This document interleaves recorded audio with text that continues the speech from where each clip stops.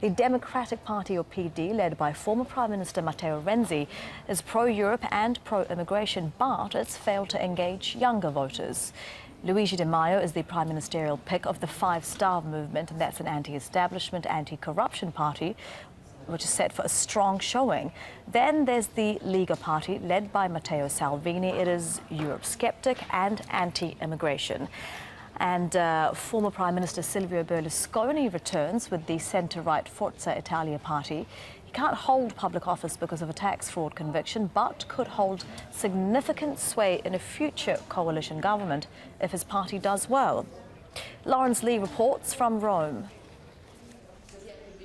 As the time arrived for voters to make their minds up, there was every sign there were as many people who simply couldn't decide as those with any sort of conviction. The party making much of the running is the anti-politician party. Its 31-year-old leader held several part-time jobs before even entering politics. Five Star's entire proposal is to create a citizens' bloc in opposition to the corrupt excesses of the political class. But Five Star have vowed not to do a coalition deal with anyone else. And in a country in which you can't do government without a coalition, it leads many to wonder if they would prefer not to be in government at all. They won't probably become the first political party to transform and to influence the transformation and the reconfiguration of political system without real government responsibility. The political bloc with the best chance is this group, led by the eternally youthful Silvio Berlusconi. The 81-year-old appears to hold a magnetic attraction for his far-right allies, which have campaigned entirely around identity politics, blaming the European Union for what they see as an invasion of black people and Muslims from over the Mediterranean. The dream scenario for the anti-establishment right wing is this man as Prime Minister.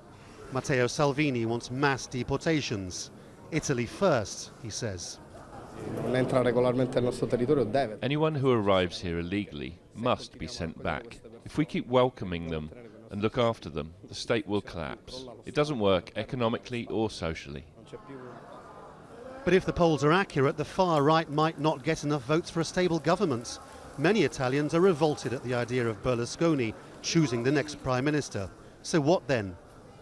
It's hardly unusual for Italian politicians to promise one thing and then change their minds. And even though Silvio Berlusconi insists his right-wing coalition is the only one on offer, many suspect that in the event of political stasis, he and the centre-left might do a deal for a sort of grand coalition, supposedly for the good of Italy. But even that would only be a temporary measure with a view to even more elections. Berlusconi could well hold the key to unlocking the confusion. The fact that the European Union might look to him as their best guarantor of stability says much about the state of politics. Laurence, Al Jazeera, Rome.